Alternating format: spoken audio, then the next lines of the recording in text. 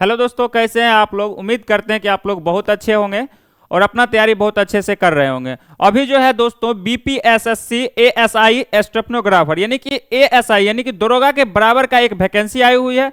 जो आपका वैकेंसी जो है बहुत महत्वपूर्ण है। यदि आप 12th पास कर लिए हैं तो यह वैकेंसी को आप जरूर भरिए। यह जो है दरोगा के बराबर आपका मान्य होगा। और इस वैकेंसी का वेतन कितना होगा, एजुकेशन क्वालिफिकेशन क्या होगा, इसमें रनिंग होगा कि नहीं, कितना प्रश्न आएगा, सिलेबस क्या होगा, इन सारे बात का जो है चर्चा इस वीडियो के माध्यम से करने जा रहे हैं। तो सबसे पहले हम शुरुआत करते हैं। और यह जो दोस्तों वैकेंसी दिया हुआ है स्टेनो असिस्टेंट सब इंस्पेक्टर यानी कि एएसआई। एएसआई क्या होता है? तो एएसआई होता है दोस्तों, ये जो है दरोगा का पोस्ट होता है। आप अपने नजदीकी थाना में देखिएगा तो एक होता है सब इंस्पेक्टर और होता है एएसआई यानी कि सब इंस्पेक्टर से थोड़ा सा नीचे लेवल का जो होता है एएसआई होता है यानी कि छोटा दरोगा हम कह सकते हैं। ठीक है। और इस ऑनलाइन आवेदन पत्र की अंतिम तिथि यानी कि आपका जो फॉर्म लास्ट डेट होगा दोस्तों 17 जनवरी 2025, 17 जनवरी 2025। और इसका आवेदन शुरू कब होगा दोस्तों? तो इसका आवेदन जो शुरू होगा 17 दिसंबर 2024 यानी कि यह एक मंथ का समय आपके पास दिया हुआ है। 17 दिसंबर से स्टार्ट होगा और 17 जनवरी तक 2025 में चलेगा इस ऑनलाइन आवेदन करने की तिथि। अब हम बात करते हैं नीचे कि और क्या दिया हुआ है इस नोटिफिकेशन में। तो नीचे में यह दिया हुआ दोस्त कि आपका वेतन क्या होगा, कितना पोस्ट रहेगा। तो सबसे पहले देखिए यह जो है आपका पोस्ट जो रहेगा 305 पोस्ट के लिए आप आवेदन कर सकते हैं। यानी कि आप यदि आप 12th पास कर लिए हैं तो यह 305 वैकेंसी में आप एक बन सकते हैं। ठीक है, यदि आपके पास जज्बा होगा तो। अब हम बात करते हैं वेतन।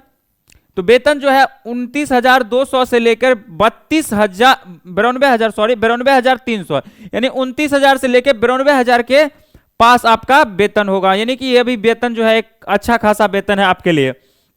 अब हम बात करते हैं इन पदों पर नियुक्त हेतु प्रतियोगिता परीक्षा की आयोजित किया जाएगा। इसके लिए विज्ञापन संख्या 1/2024 यहां जारी किया जा रहा है। ऑनलाइन आवेदन करने के लिए आपका जो दिनांक स्टार्ट होगा यानी कि यही जो आपका बताए हुए 17 दिसंबर 2024 से प्रारंभ होगी और 17 जनवरी 2025 तक आपका फॉर्म जो है फिलअप किया जाएगा।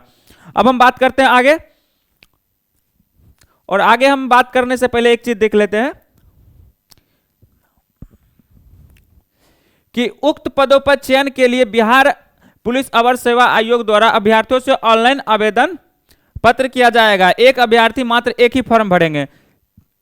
यदि आप फॉर्म भरना चाहते हैं, यदि आप जैसे कि इसमें एक अभ्यर्थी को एक ही फॉर्म भरा जाएगा यानी कि आप एक बार अगर यदि आप जैसे कि मान लेते हैं कि आपके पास 12th भी है, ग्रेजुएशन भी है, तो आप सोचते होंगे कि हम ग्रेजुएशन लेवल पे एक अलग भर देंगे, 12th लेवल अलग। ऐसा नहीं होगा।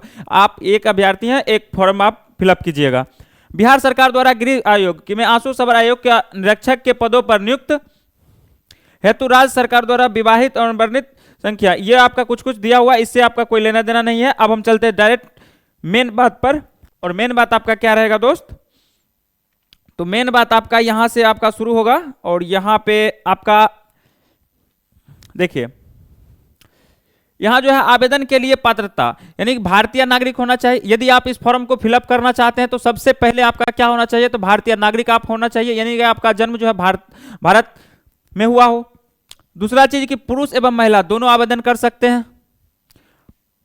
अभ्यर्थियों की शैक्षणिक योग्यता 1/8/2024 तक न्यूनतम शैक्षणिक योग्यता इंटरमीडिएट यानी कि 12th पास। यदि आप 12th पास हैं 1/8/2024 तक तो इस फॉर्म को आप क्या कर सकते हैं? फिलअप कर सकते हैं। ठीक है, ये आपका क्या रहेगा? योग्यता रहेगा। अब आगे हम देख लेते हैं आगे क्या दिया हुआ है।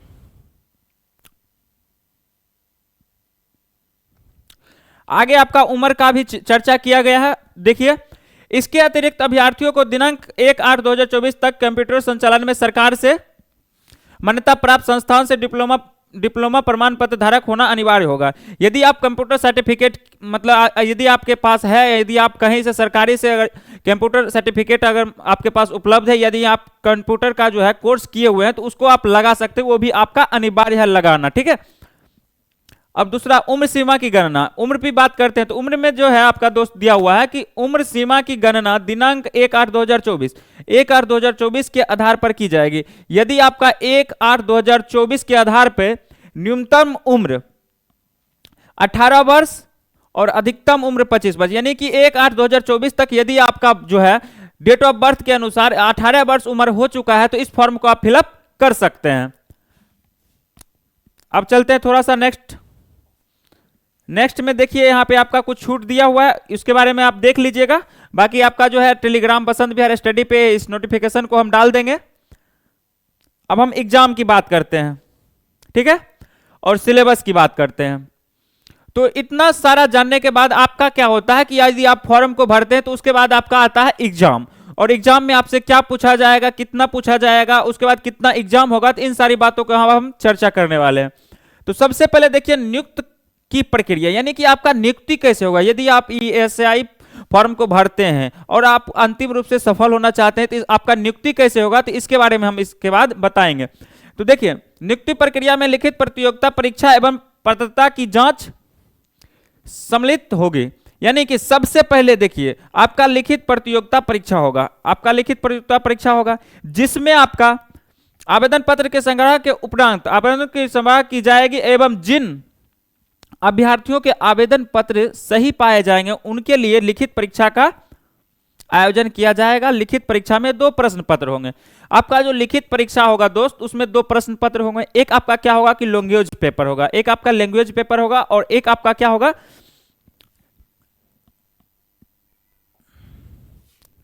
देखिए यहां पे आपका दिया हुआ है कि 2 प्रश्न पत्र होंगे लिखित परीक्षा में। सबसे पहले प्रथम प्रश्न पत्र में क्या होगा कि प्रथम प्रश्न पत्र में 100 बहुविकल्पिक प्रश्नों का 100 अंकों का सामान्य हिंदी होगा, यानी कि आप लैंग्वेज पेपर से आपसे पूछा जाएगा, यदि आप भारतवासी हैं आपसे 100 नंबर का हिंदी पूछा जाएगा। यह जो हिंदी पेपर पूछा जाएगा इसमें आपको पास करना है। इसका जो है ना मेरिट से कोई लेना देना है या फिर ना उस एग्जाम से लेना देना, बस इस पेपर को आपको 30 मार्क्स लाके पास करना, सिर्फ 30 मार्क्स लाइए और पास हो जाइए। उसके बाद इस पेपर का जो मार्क्स होगा वो आपका जुटेगा भी नहीं। और उसके बाद है अन्यथा उन्हें आयोग द्वारा घोषित किया जाएगा सामान्य हिंदी पत्र के लिए परीक्षा की अवधि 1.5 घंटे की होगी एवं सामान्य हिंदी का प्रमाण पत्र मेघा के आवरण में नहीं जोड़ा जाएगा। ये तो बात हम आपको पहले बता दिए कि हिंदी का परीक्षा होगा आपको बस टेस्ट के लिए, और उसके बाद इसका मार्क्स आपका नहीं जुटेगा। अब हम चलते हैं नेक्स्ट, और नेक्स्ट चलते हैं द्वितीय प्रश्न पत्र। द्वितीय प्रश्न पत्र में क्या दिया हुआ दोस्त, तो द्वितीय प्रश्न पत्र में देख लेते हैं।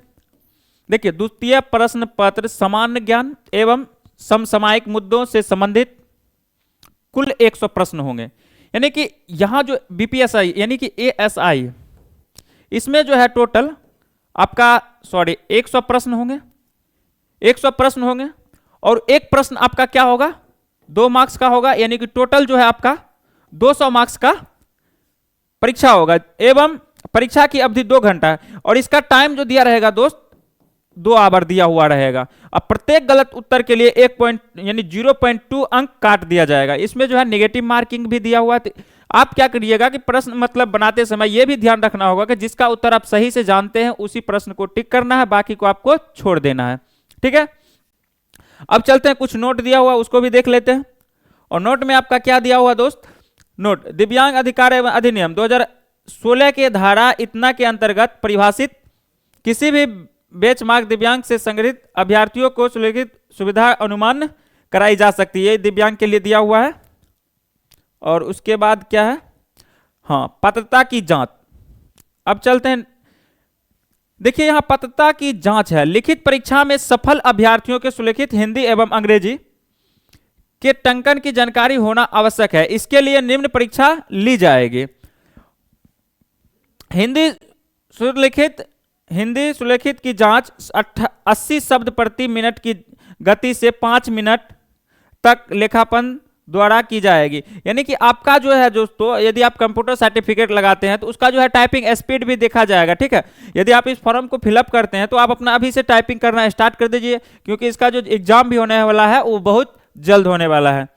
और कुछ दिया हुआ इंपोर्टेंट तो हम देख लेते हैं।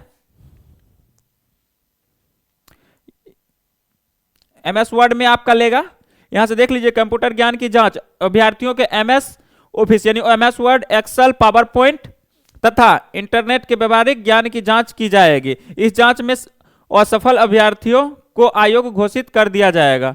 ठीक है, यदि आप इसमें सफल नहीं होते हैं तो आप क्या करते हैं, एग्जाम को पास भी कर जाते हैं तो आप क्या होगा कि आपका मेरिट में नाम नहीं आएगा, यानी कि आप एक तरह से फेल कर जाइएगा।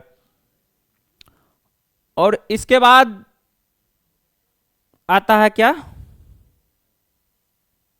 ये आपका कुछ कुछ सीट दिया हुआ है कि किस जाति से कितना सीट है, तो ये आप देख लीजिएगा। बाकी फिर मिलते हैं अगले वीडियो में, तब तक के लिए जय हिंद।